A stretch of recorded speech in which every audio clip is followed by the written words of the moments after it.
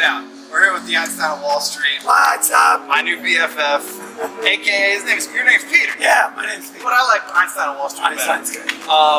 How'd you get into this? How'd you get into this racket? It's kind of a roundabout way, yeah? It is a roundabout way. I've done a lot of things in my life.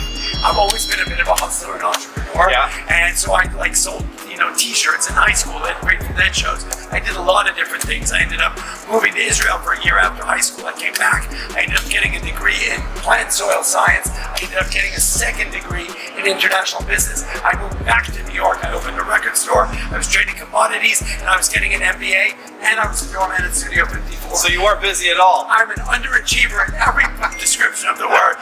Then I ended up moving to Africa for 2 years. I came back. It was time to put on my big boy pants. My parents said, "You're 26, let's get down to business." Yeah. And I got a summer job here as a teletypist. And you've been here ever since? And I've been here ever since. And so from 26 to today, you're 66. I'm 60. Well, I'm 55. I've been 55 for 10 years. I count down. It's the 10th anniversary of your base 55. 8. Exactly. It's 55 base 8. Fair enough. Okay. What advice would you give for people that want to dip their toe into the stock market? I know you can't give specifics, but how would somebody get started in this world? Okay. Well, first of all, the biggest thing I like to tell young people is find something you love to do and then get really good at it. And that's it. At the end of the day, don't be doing something you don't enjoy, because I'm talking to you as you're a younger person. Let's say you're now 16, 18, 25, 30, it doesn't matter.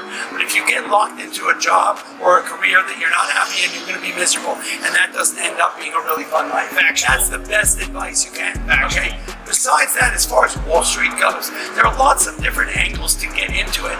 Everybody right now, what ended up happening during COVID was this democratization of the trading community. In the old days, you had to be a wealthy 1% to invest in the stock market. Yeah. Not everybody had access. Yeah. What ended up happening around COVID with Robinhood and Webull, all these free trading apps, all of those, suddenly everybody with an iPhone and $100 could invest in the market. Yeah.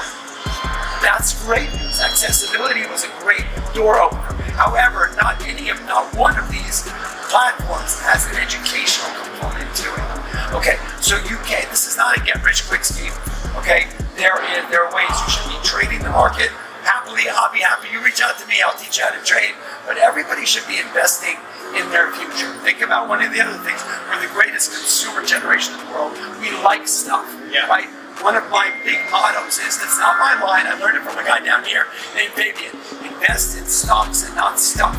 We love to buy stuff. We have closets full of stuff. Yep. And every one of those things, loses value the minute we buy them, right? There are things that you can buy that actually go up and potentially go up in value. Think about this. If your iPhone 14 is not broken, you don't need an iPhone 15. Maybe I've heard a birdie say, go out and buy 2 or 3 shares of Apple stock. If you're a big Starbucks person and you drink their coffee, go out and buy a couple of shares of stock, because you're fulfilling that prophecy. You're a loyal consumer. Why not have some skin in the game? Okay, so buy what you know. Buy what you know and To start. buy what you like. Yeah, I got you. Okay. My last question, this is an important one. You're going to a gas station.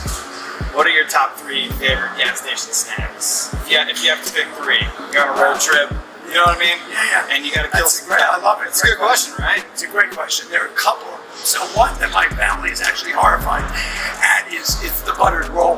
Right? There's no reason somebody who loves to eat healthy and is a foodie like me should ever be buying a buttered roll at a gas station. Just be one disclaimer: I've never bought gas station sushi. That's a guarantee. Oh my gosh, you got to think that alone. I have had a buttered roll. If you need a breakfast treat, have a buttered roll. Next, I would go with regular M&Ms. Okay. They melt in your mouth, not in your hands. Classic. Right? Classic. And then I would go with a Starbucks espresso shot with light cream. Right? I think those are my 3 favorites. That's a solid. I wouldn't have picked you for those 3, but those are. What would you pick, Dan? I thought maybe you'd be more of I didn't think coffee. I thought you'd go for water. Okay. You said you're a healthy guy or something. Yeah. And then I thought maybe you'd go with something like almonds. Or, Okay, You know what I mean? you know what though? Hey, look, if you were to ask me the question again, Yeah. I do love nuts and I do often buy cashews. I knew it. At a gas station. I knew it. And actually, now that you mention it, that is my number one. I didn't even think of that. Yeah. Right? So I have a house in the Berkshires. We go there every weekend. We stop at this one gas station and I buy a thing of cashews. So you know you're getting it right on the head. I knew it. You caught me for a cashew. And then I thought you'd get some a vape thing and a vape card. Yeah, no, I'm not. Kidding. I'm actually not. You know what? I would never do that. I don't smoke. I don't drink. Me either. Yeah. And I don't drink coffee anymore. Really? I used to drink 12 espressos every morning. When I woke up in the morning, not an espresso, Yeah. right? I'd be pumping those suckers out like crazy. Yeah. 12 of them, shoot it down, and I'd be off to the races. I bet. I have not had coffee for like 4 or 5 months. Well, how you doing that, man? This is NAD. Okay. All right. All right. All right. Well, I gotta get into some of that. Oh, out of the gate. So one little NAD injection is equal to or greater than 12 espresso shots. I'll take it. I'm sold. I'm sold. Cool, man. I think that's it. And we gotta do it. We gotta do a dance though. You're knowing the dance a little bit. I have to answer. Yeah, No question. All right. Do we need to stretch? Do you think, or should we just get right into We it? can do a little stretching. All right. Yeah. Stretch it up. We're a little stretching here. No big deal.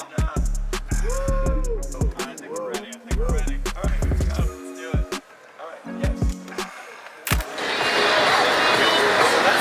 This one was weird for me. Yeah, you can kind of do it however. Right.